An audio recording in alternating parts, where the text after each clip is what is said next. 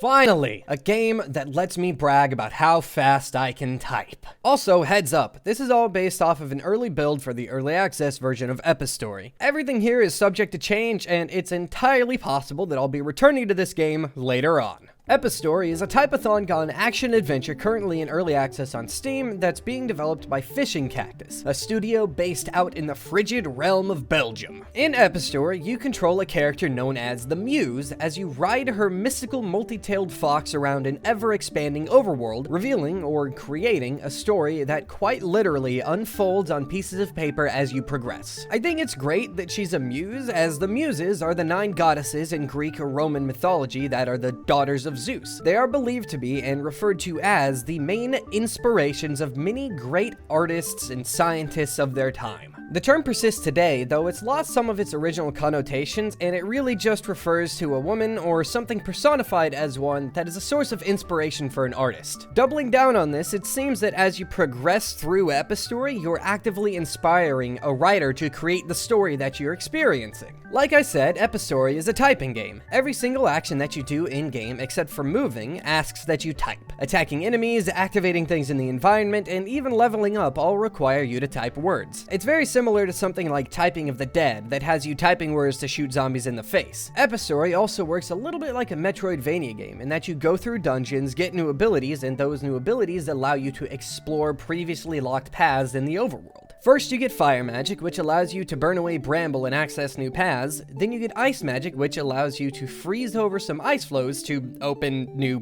paths. Each time you get these abilities, a number of new areas are opened up for your access, and you need to explore the map to find them. Additionally, hitting an enemy with fire magic will burn through the next word, and ice magic will freeze an enemy in place. Switching between these in combat is not only needed at times, but is hugely beneficial to actually making it through an encounter, because all it takes is one enemy getting close to you for you to die. The typing mechanics are spot on, just 100% perfect. Whether in combat or exploring, typing feels right at home. Each variety of baddie has different levels of words tied to them, and the association between word size, amount of words, and even the connotations of the words are tied well to the enemy variety and the type of magic that you need to use. Combat is balanced well, and the difficulty curve is on point. At the start, you'll face a few enemies that require no special magic. By the end of what's currently finished, however, you'll end up facing off against hordes of enemies. You'll need to switch back and forth between fire and ice magic to not only damage specific enemies, but to allow yourself some breathing room. There are also some huge monsters that require obscure scientific words that have you moving your fingers in strange ways around the keyboard, and using the right magic type on them will save your buns, especially when things really start to pick up. As you explore the world, you find dungeons. So far, both of the dungeons house abilities needed to make further progress, so I'm sure that trend will continue. The dungeons are filled with puzzles, and they tend to follow a very Legend of Zelda kind of logic, at least in the second dungeon. I very much enjoyed it, and I honestly hope that they redo the first dungeon to have more puzzles, and that future dungeons all utilize the same kind of methods of creation for their puzzles. It wasn't too difficult, but it felt rewarding to solve each one. Visually, I haven't seen anything quite like Epistory before. Every object and creature you see is made out of folded paper, and as you explore, you'll quite literally unfold new areas of the overworld. This visual style fits in so well with the fact that the story gets a little meta as the creator types out the words and builds things before our eyes. And the fact that a typing game is about writing a story is such a nice creative touch. The only nitpick I have with Epistory is that the movement is a little finicky in the ice dungeon. Because of the camera angle and how movement works, there was a part in the dungeon where I wanted to move one direction, but I kept going another. Apart from that though, the game is spot on, and I hope that things continue in the direction they're going.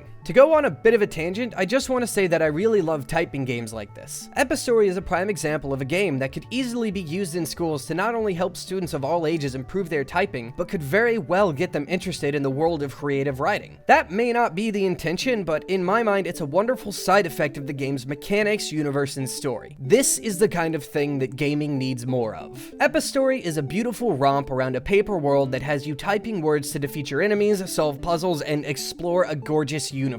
You can can pick up Epistory for 13 bucks on Steam. I find it hard to point out just a few reasons for you to be interested in this one, and I think that it's something everyone should look into. Maybe not to play, because not everyone enjoys typing games, but definitely to appreciate and support the possible applications and benefits of its existence. Thanks for joining me for this episode of Indie Bytes. I hope you enjoyed. If you did, please remember to leave a like and subscribe for more. If you have any indie games that I should check out, then please shoot them my way. You can leave a comment down below, or you can drop me a line on Twitter. My handle's @forkh, or you can shoot me an email at fork4h@gmail.com. I'll see you next time. Bye!